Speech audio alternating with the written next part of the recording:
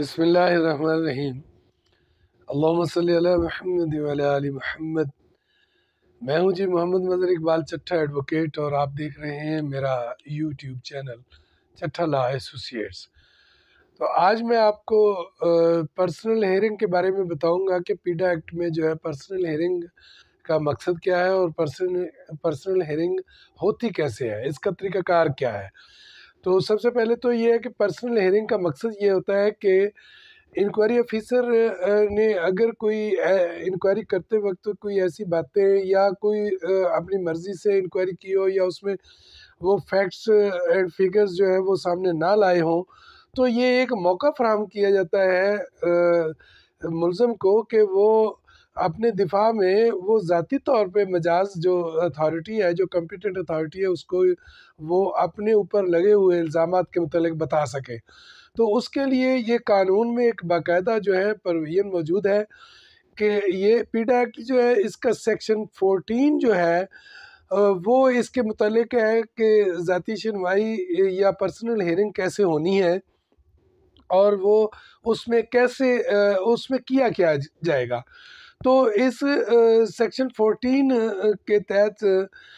مجاز جو اتھارٹی ہے، جو کمپیٹنٹ اتھارٹی ہے، وہ فریقین کو نوٹسز جاری کرے گی، اور سب سے پہلے تو وہ تاریخ کا تعین کرے گی کہ کس تاریخ کو اس فریقین کو بلایا جا رہا ہے۔ پھر وہ تحریری طور پہ ان کو نوٹسز جاری کرے گی، اور باقاعدہ طور پر اس اپنے حکم نامے میں وہ لکھے گی کہ اگر وہ محکمے کا فریق ہے تو اس کو لکھا جائے گا کہ وہ ریکارڈ سمیت حاضر ہوں، اور تمام چیزیں جو ہے وہ لے کر آئیں، اور تمام سوالوں کے جواب جو ہیں ان کے متعلق جو بھی ان کے پاس میٹیریل ہے وہ اسے ساتھ لے کر آئیں۔ تو دوسری جانب ملزم سے یہ کہا جاتا ہے کہ وہ اپنی صفائی میں جو اس پہ الزام ہے، اس کا پرسنل ہیئرنگ میں ذکر کیا جاتا ہے کہ یہ شوکاز نوٹس آپ کو پہلے دیا گیا تھا، اور یہ وجہ ہے، اور یہ آپ کی انکوائری جو ہوئی ہے اس کے متعلق جو بھی آپ کے پاس اپنی صفائی میں جو کہنا چاہتے ہیں، یا آپ کے پاس جو اس کا مٹیریل یا مواد موجود ہے، وہ لے کر فلاں ڈیٹ کو پیش ہوں۔ تو یہ جو سیکشن 14 ہے، اس کا سب سیکشن جو ہے، سب سیکشن 1 جو ہے، وہ اس چیز کا پابند کرتا ہے مجاز اتھارٹی کو کہ وہ تحریری حکم نامہ جاری کرے، اور اس میں اس کے کیا انگریڈینٹس ہونے چاہیے۔ تو اس کے بعد جو اس میں ایک دو چیزیں اور ہیں کہ جب وہ حکام کو یہ حکم جاری کر رہے ہوتے ہیں کہ وہ ریکارڈ کے ساتھ پیش ہوں، تو پھر ایسا نہیں ہے کہ وہ زبانی طور پہ یہ حکم جاری کریں، اسے باقاعدہ طور پہ یہ تحریری حکم نامے کا حصہ بنانا ہوگا۔ تو اس کا جو سیکشن 14 کا سب سیکشن 2 ہے،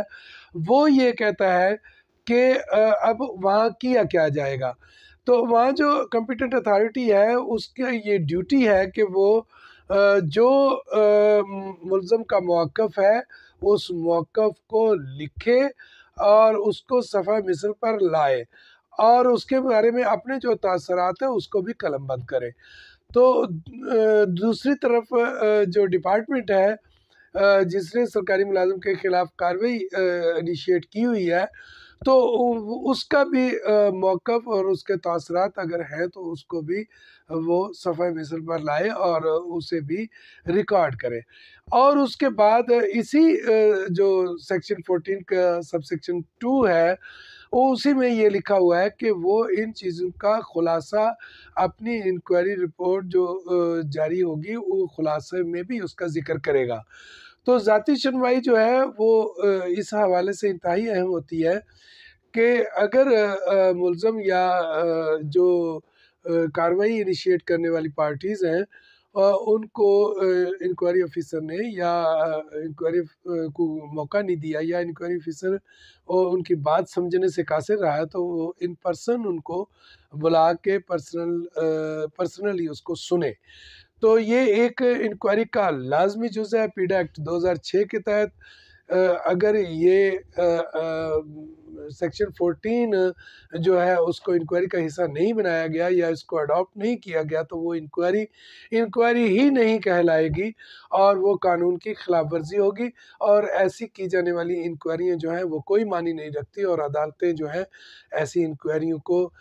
قطعاً نہیں مانتی، اور جو چارج ہے اس صورت میں جو لگایا جانے والا چارج جس میں پرسنل ہیئرنگ نہ ہوئی ہو تو وہ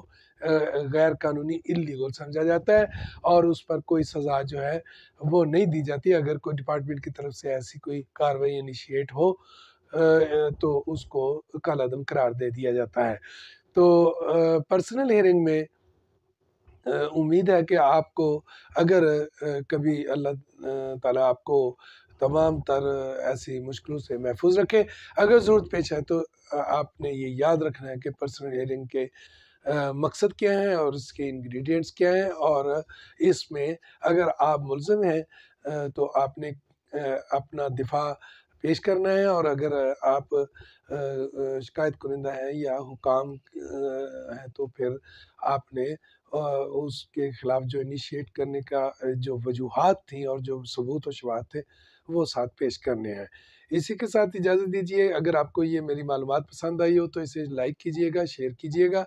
اور میرے چینل کو ضرور سبسکرائب کیجیے گا۔ اسی کے ساتھ تھینک یو، اللہ حافظ، اللہ آپ کا اور میرا حامی ناصر ہو۔